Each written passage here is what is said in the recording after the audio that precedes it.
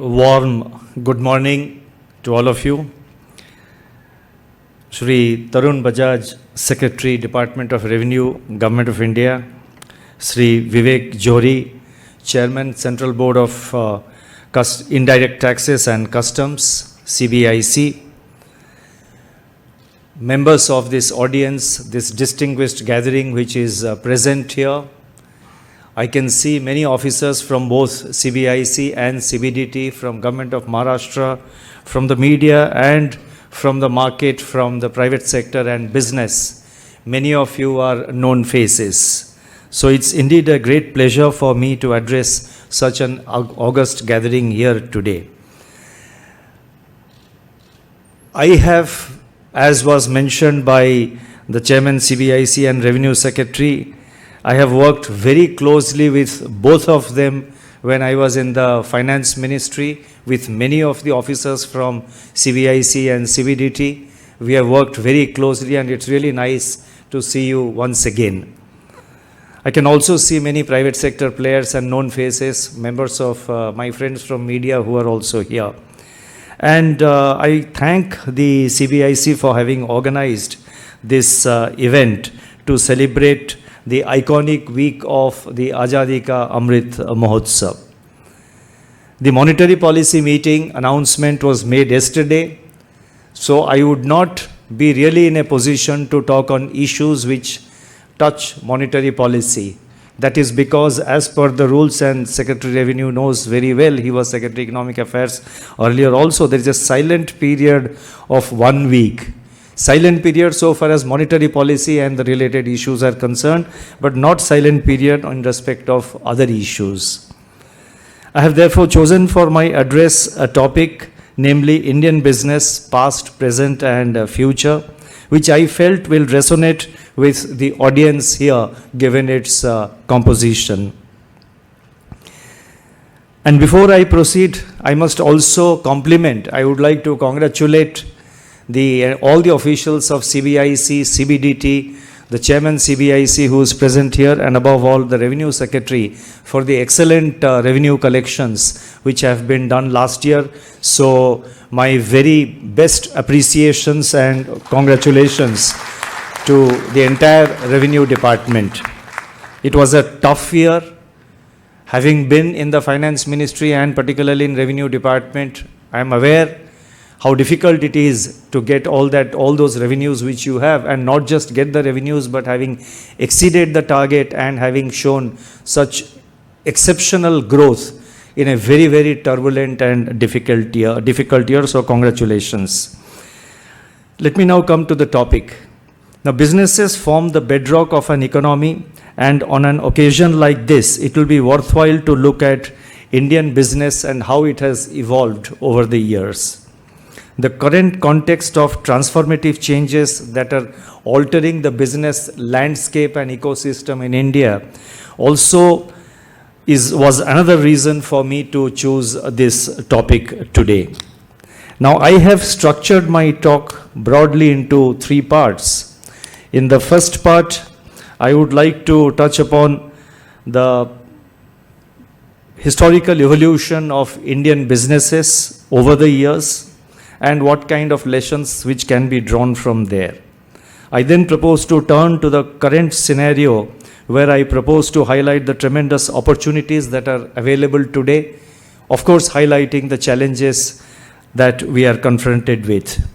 And third aspect, I also propose to highlight certain aspects and the criticality of issues like corporate governance and related issues, which are indispensable and essential requirements for any business to succeed and to have its sustainability. Historically, businesses have been the creators of wealth by bringing innovation in production and trading activities, which facilitated higher productivity and ensured and facilitated better standard of living for the people. Apart from creating growth and employment opportunities, businesses are also big contributors to the tax revenues of the government at all points of time, which eventually go to support the various developmental and welfare measures which the government undertakes from time to time. So in that sense, both from growth and welfare standpoints, businesses play a critical role in the overall economic development of the country. In the words of T.S. Eliot, who needs no introduction, only those who will risk going too far can possibly find out how far one can go. The underlying theme of business is to explore opportunities, take risks, and capitalize upon them. In India, business and entrepreneurship have always had special place in our society. The history of Indian business is a fascinating story and one that is closely intertwined with political and economic history of our country. Traditionally, Indian businesses were rooted in local knowledge and resources that were greatly admired all over the world. During the colonial period, however, our businesses were faced with existential challenges, primarily due to the policies adopted by the colonial government. However, showing resilience and capacity to innovate and improvise, Indian business has over the years not only survived, but is now well positioned to take India's growth story forward. Indeed, this could just be the moment of India's arrival as a global growth driver. The history of Indian business is fairly long. I don't want to take too much of time on this. India was a key hub of scientific innovation from its early history, which lent India a position of leadership or a pole position in several areas like medicines, mathematics, astronomy, and metallurgy. During the medieval period, India was a prominent economy having trade relations with the rest of the world. India was central to the Silk Route and the Cotton Road. India's indigenous craftsmanship was world-renowned. In 1700 AD, India's share in the world GDP was 24.4%, ahead of China's share of 22.3%. Even so, large-scale domestic business was restricted because of the fragmented nature of political landscape coupled with infrastructural bottlenecks which prevailed at that time. While trading and money lending were hallmark of business, manufacturing, which was primarily small scale, was largely left to the artisans. In short, trade was the face of Indian business alongside a flourishing banking and exchange business which was offered by the merchants. The advent of imperial powers, that's I am now moving to the colonial period, the advent of imperial powers and the discovery of new trading routes completely changed the face of Indian business during the colonial period. The onset of the Industrial Revolution in late 18th century England had catapulted that country, that is England, into a position of leadership in industrial power. British tariff policy, and this was very important for India's growth thereafter, British tariff policy encouraged exports of raw materials to the detriment of India's domestic industrial development and local enterprise. A Reserve Bank of India survey, which was conducted in 1948, estimated that of all foreign capital invested in India, only 28% was in the manufacturing industry, whereas 37% was invested in merchandising and transport, and 20% in tea, coffee, and rubber plantations. Very clearly, the thrust was to promote British interests to the detriment of India's interests. Despite such adverse circumstances, Indian business managed to hold its own amidst the nationalistic fervor of that time. With British industrial power on a decline due to war preoccupations, several industries in India in the sectors like textiles, jute, iron, and steel and also paper and cement consolidated their position. Considering the stagnation in the previous decades, the post-World War I spurt in industrial activity in India was significant. Notably, Indian businessmen also remained alive to socio-political atmosphere of the time by pursuing and propagating the nationalistic agenda. In the aftermath of independence, that is, in the initial decades after independence, we saw changes to India's business environment with economic policy primarily focused towards capital-intensive production structure. Indian businesses were unshackled from the confines and constraints of the colonial government that reduced them to be just raw material producers and suppliers. In the subsequent period, however, shocks such as wars of 1962, 65 and 1971, droughts of 1965 to 1966, and the OPEC oil crisis of 1973 revealed the underlying vulnerabilities of the Indian economy.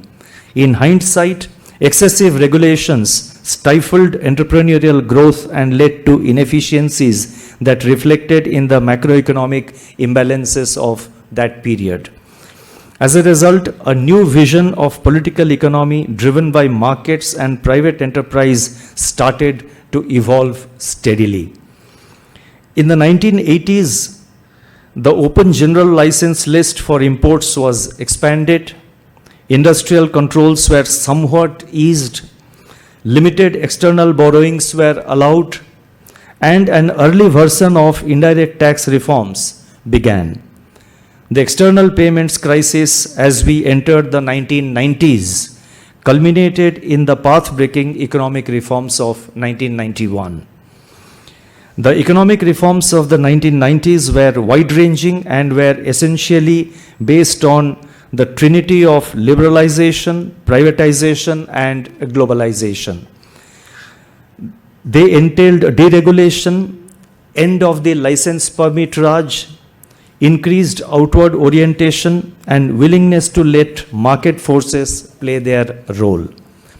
The financial system and the external sector also underwent fundamental reforms relating to strengthening of prudential norms and supervisory system, operational flexibility of the banking sector, taxes and tariffs, exchange rate and capital flows. The reforms aimed to bring in competition to promote efficient markets that deliver growth, create wealth, and contribute in reducing poverty.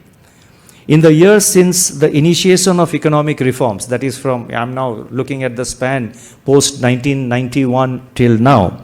In the years since the initiation of economic reforms, Indian business has witnessed various transformational changes in several sectors spanning information technology, telecom, pharmaceuticals, automobiles, hotels, textiles, engineering goods, and entertainment. Our businesses have created global reputation. Indian business entities have shown a great deal of flexibility in an environment of rapid technological changes. This has led to a shortening of product life cycles and innovation and technology, which have become the key sources of our competitive strength. The country now commands a diversified industrial base that has shown resilience in the face of multiple challenges posed by shocks such as the global financial crisis, the recent COVID-19 pandemic, and now the war in Europe and its fallout.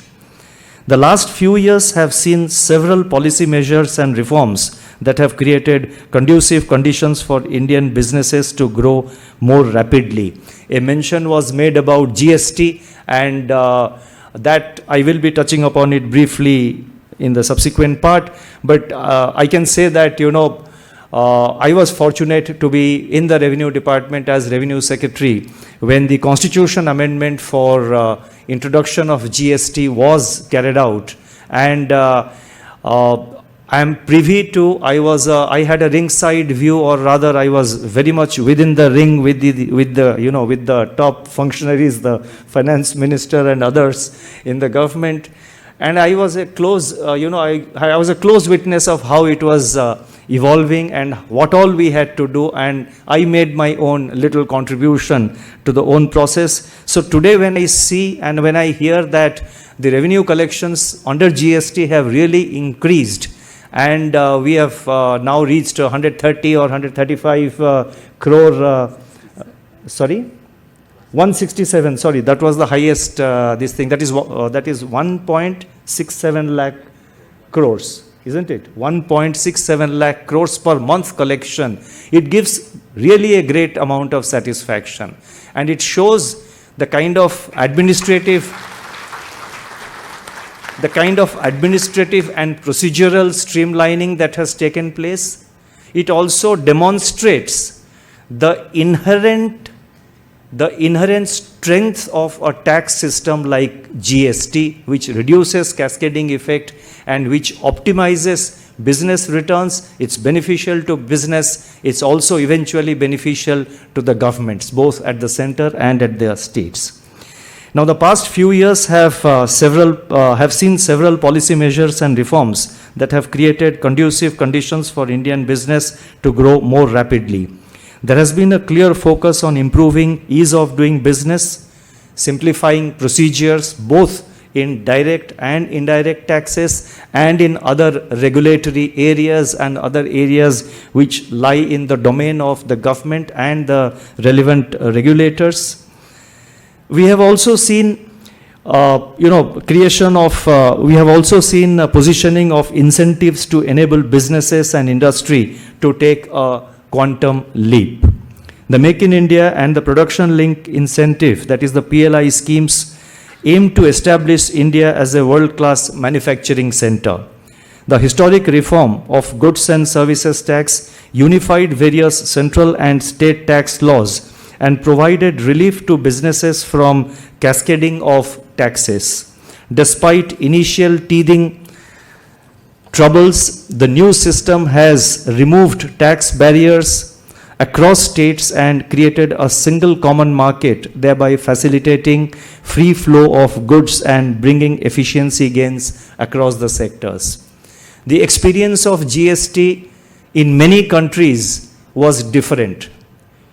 In many countries, the stabilization of the GST system has taken longer.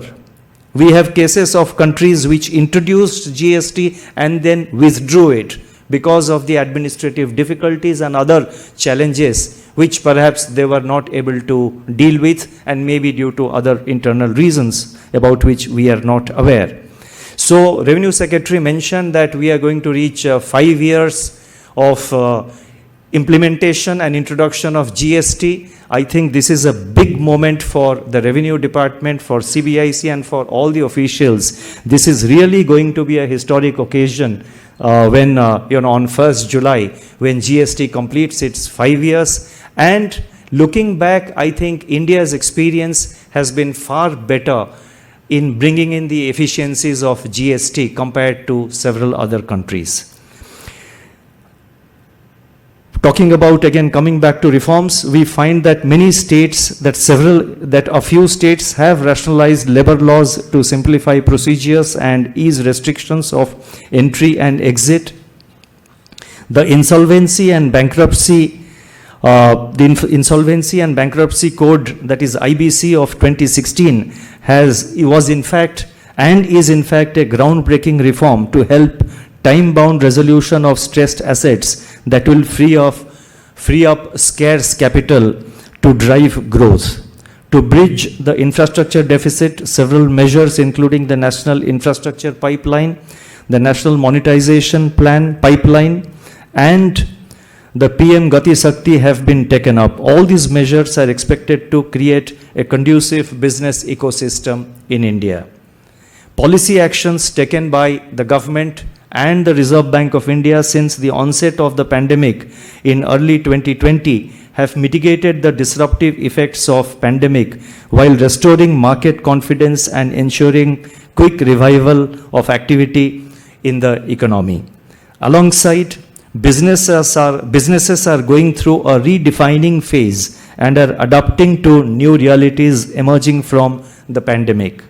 Adoption of digital technologies and artificial intelligence is getting accelerated across firms and business sectors. These disruptive technologies offer opportunities to young entrepreneurs to create their own niche in markets dominated by the incumbents.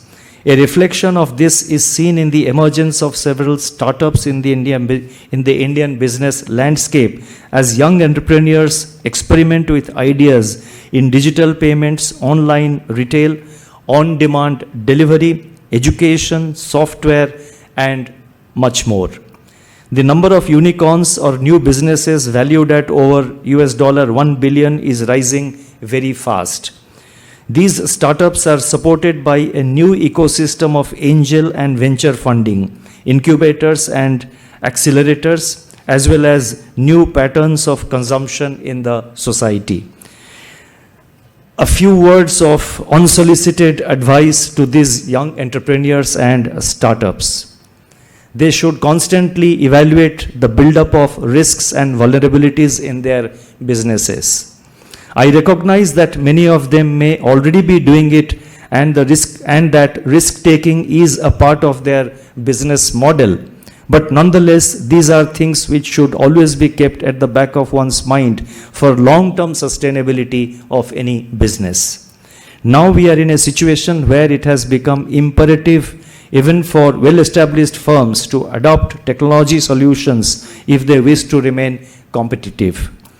The advent of new technologies is fundamentally changing all aspects of business, and decision making is increasingly supported by insights from data analytics, artificial intelligence, and deep learning. Now there is almost a real-time assessment of customer needs, innovations, and market trends that is helping manufacturers to manage production capacities, save costs, reduce risks, and meet the evolving customer needs more quickly. We are in the age of data-driven smart manufacturing. If Indian business aspires to remain competitive and attain world-class status, it is important that they gear up to make the right investments sooner than later. I believe the pandemic-induced changes in strategy, in management, in operations, and in business priorities are going to stay. Therefore, the success of Indian entrepreneurs will depend on how quickly and efficiently they are able to make necessary adjustments in their business models to the new reality and to the constantly changing ecosystem all around. I would now like to focus a little bit on corporate is it okay in terms of time, or am I taking too long? Okay. I would now like to touch upon a few issues like corporate governance, ethics, accounting transparency, and business models, which are extremely important for any business to be successful and to maintain long-term sustainability. First, I would like to draw your attention to the single most important aspect that determines the long-term success of a business, and that is corporate governance. The thrust of sound corporate governance is to help build an environment of trust, transparency, and accountability in business entities. These are prerequisites for fostering long-term investment, business stability, and integrity. It is important to remember that trust is the most valuable asset of a business, and good governance aims to protect and preserve that trust in the organization. Good governance entails effective and collective oversight by the board and senior management of a company or any business. This would also include control layers of risk management and internal audit.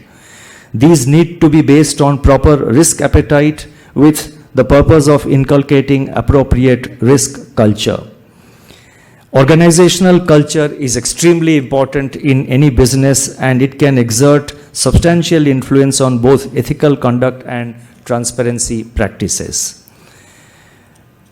Talking about ethical conduct, I am reminded of, and I am talking about ethical conduct in business, I am reminded of what Chief Justice of the United States Supreme Court in 1981, the Chief Justice of the United States Supreme Court, Potter Stewart, once stated, ethics is knowing the difference between what you have the right to do and what is right to do. I repeat, ethics is knowing the difference between what you have the right to do and what is right to do. Ethics denotes the conduct of and that is unquote. Ethics denotes the conduct of responsible professional behavior within the mission of a business by managing risks professionally and pursuing profits legitimately. It is essential that the board and senior management of any business instill a strong sense of ethics in their organization by setting up comprehensive internal code of conduct which is easily and clearly observed and continuously communicated. The strength and viability of a business entity directly draws from its organizational culture and ethics. I would now focus somewhat on a little bit on transparency in accounting, and these aspects I am highlighting because these are issues which ultimately are very critical for any successful and a business which has to really be sustainable and successful in the long term. A robust corporate governance framework would require that businesses follow prudent accounting practices and provide transparent disclosures. Sufficient information should be made available to the market participants to enable them to make informed judgments about the health and viability of a business entity. Creative and aggressive accounting techniques and policies tend to overstate the financial strength, and eventually it will be detrimental to the interest of the company. The board of directors and the audit committee should ensure that integrity of financial statements is not compromised in any manner. Entities with robust corporate governance and high transparency get rewarded by the investors with higher valuation metrics and are also able to raise capital at much cheaper cost. The Reserve Bank has mandated a host of disclosures for its regulated entities to ensure that they make full and fair disclosure of all material information in their financial statements. This would make them relevant, reliable, comparable, and transparent. And finally, let me touch upon business models. Business models and business strategies of individual entities, I feel, should be conscious choices adopted following a robust strategic discussion in the board after considering all relevant factors. In other words, it cannot be a default decision, it has to be a conscious decision after weighing all possible aspects, the upsides and downsides of any activity.